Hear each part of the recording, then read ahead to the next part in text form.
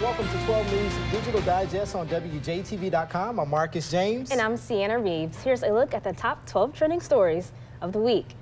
The evacuation order has been lifted for Jackson homeowners after the flooding from the Pearl River. Several homes in northeast Jackson have been damaged from the water.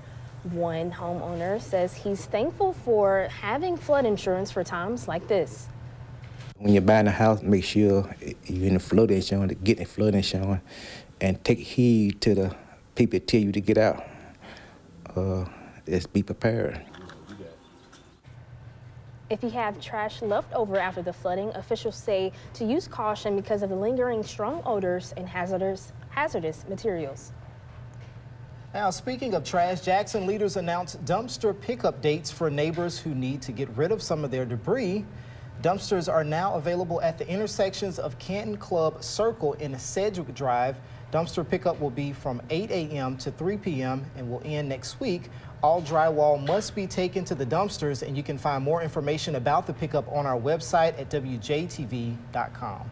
There's also high water in Copiah County from the Pearl River. Several roads have been closed or heavily manned by MDOT to make sure people are crossing the road safely.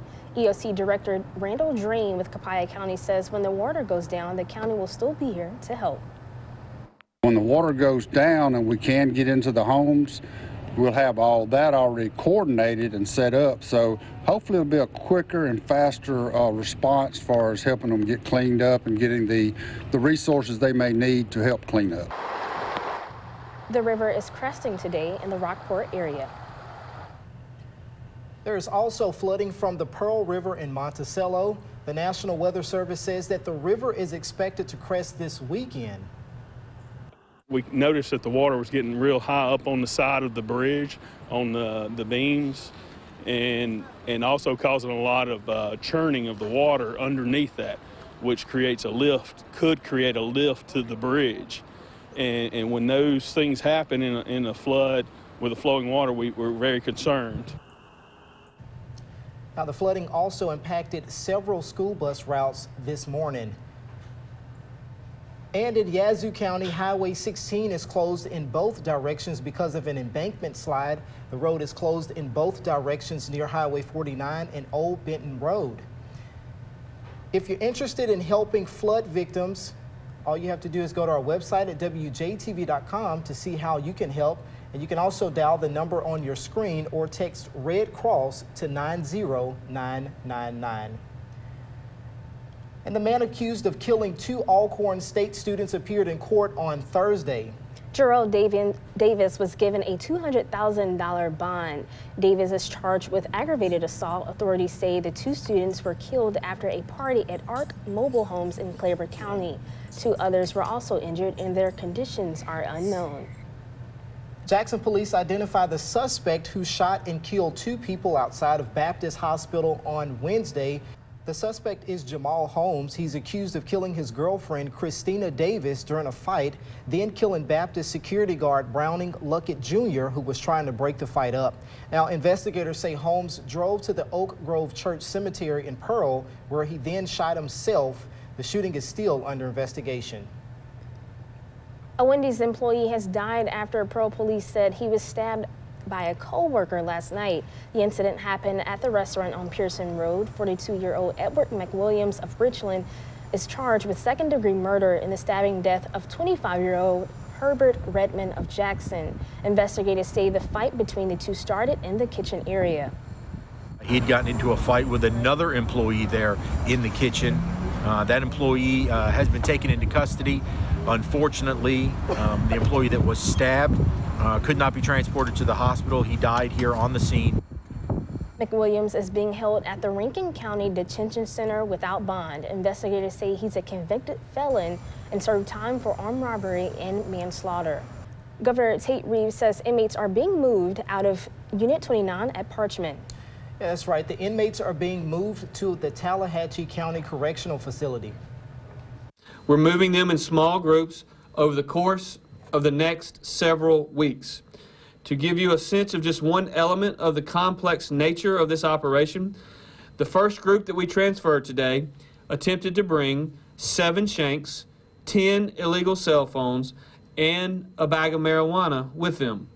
that was not a successful effort on their part. Now, after the transfers, the only parts of Unit 29 that will be in operation will be Death Row and Support Services Building. You may have already filed your taxes, and if you are expecting to get a refund, when will you get it is the big question. 12 News' Jade Balexa has the answer and how one woman plans to spend hers. The IRS has already started accepting your tax returns. That means chances are you could already be spending your tax refund. Tax refunds are often a welcome sight after the headache of filing those taxes. Deborah Jackson got a few $1,000s last year. It helped her sell her home. I was able to update the roof that I moved from, brand new. Okay. Yes, indeed, that was helpful. This year she plans to use her refund for a vacation. I would probably take a nice long vacation this year, go on a cruise. Before Jackson went to a tax preparer, she was filing her own returns, not seeing a refund. She found a benefit in hiring someone. The main thing is, if you don't know, go and see a reputable tax preparer so that you can be aware of the things that you can claim so that you won't miss out on getting a refund. You could be leaving money on the table. Now, the IRS issues most refunds in less than 21 days. That's when you e-file. But if you've mailed your return and it's been more than 6 weeks, you should contact the IRS. Now, if you claim the earned income tax credit or additional child tax credit, your refund may be on hold. That's because the Protecting Americans from Tax Hikes Act doesn't allow the IRS to issue refunds before mid-February with those credits. The IRS says you can expect your refund the first week of March. And if you want to keep track of your refund, there is an IRS To Go mobile app you can download right to your cell phone.